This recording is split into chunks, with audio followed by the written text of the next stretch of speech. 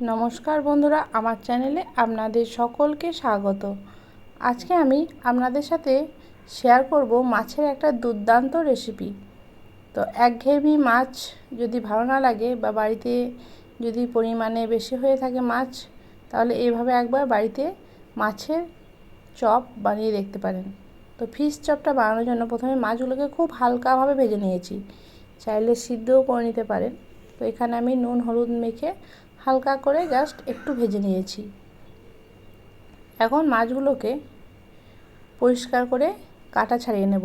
এখানে আমি বেশ বড় সাইজের রুই মাছের পিসই ব্যবহার করেছি, এতে কাটা পরিষ্কার করতে খুব সুবিধা হয়। আর এদিকে নিয়ে নিয়েছি কয়েকটা সিদ্ধ আলু। তো আলুগুলোর খোসাগুলো খুব ভালোভাবে ছাড়িয়ে পরিষ্কার করে নেব। আর তারপর আলুগুলোকে ভালোভাবে মেখে নেব, খুব মসৃণভাবে মেখে নিতে হবে যাতে একটুও দলা বেঁধে না থাকে। তো আলুগুলো মাখা হয়ে গেলে আমি পুরের জন্য রেডি করে নেব। তো এখানে কড়াইতে সামান্য সর্ষের তেল দিলাম, আর তারপর এর মধ্যে দিয়ে দিলাম কুচিয়ে নেওয়া পেঁয়াজ। তো পেঁয়াজটা খুব মিহি করে কুচিয়ে নিয়েছি।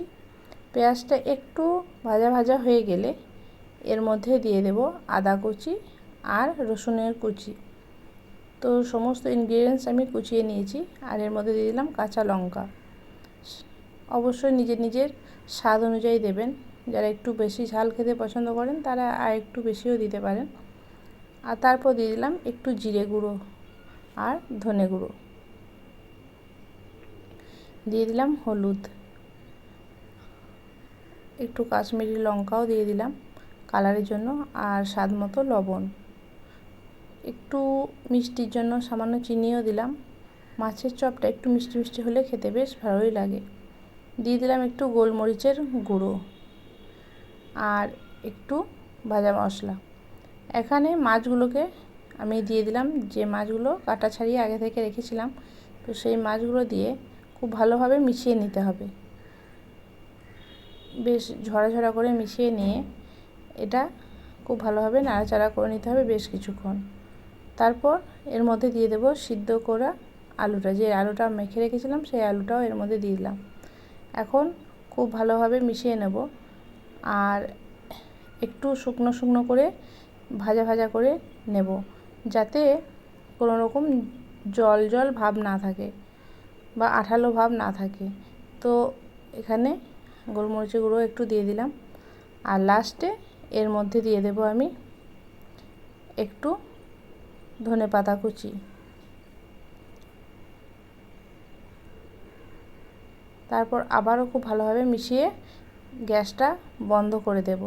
গ্যাসের আঁচটা একদম বন্ধ করে দেব, কারণ আলুটা মশলাটা একটু ঠান্ডা হতে হবে। এদিকে একটা পাত্রের মধ্যে আমি নিয়ে নিয়েছি কর্নফ্লাওয়ার, একটা ডিম, স্বাদ মতো লবণ, গোলমরিচের গুঁড়ো।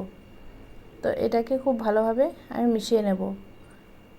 দরকার হলে সামান্য জলও ব্যবহার করা যেতে পারে। তো এখানে আমি অল্প একটু জল ব্যবহার করলাম, একটা ব্যাটার তৈরি করে নিচ্ছি। আর এদিকে আমি নিয়ে নিয়েছি ব্রেড ক্রাম্বস। এখানে আমি ওই পুরটাকে এরকম শেপ দিয়েছি, আপনারা চাইলে অন্যরকম শেপও দিতে পারেন। তো এইভাবে আমি একটু লম্বা শেপ দিয়ে প্রথমে তৈরি করে নেব।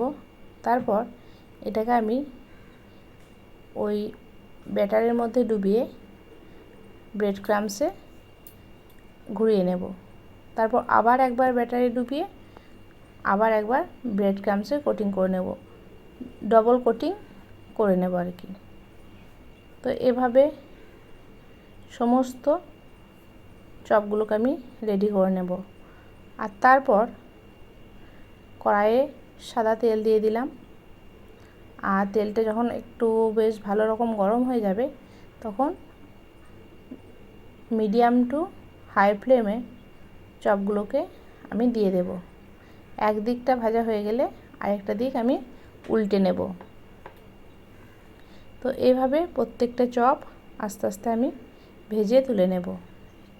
চপটা ভাজা হয়ে গেছে, আর এখন আমি প্লেটের মধ্যে তুলে নেব আর গরম গরম সার্ভ করে দেব। দুর্দান্ত স্বাদের এই চপটা অবশ্যই বাড়িতে একবার বানিয়ে দেখবেন, আর কেমন হলো অবশ্যই কমেন্ট করে জানাবেন। ভালো লাগলে আমার চ্যানেলটিকে সাবস্ক্রাইব করে দেবেন।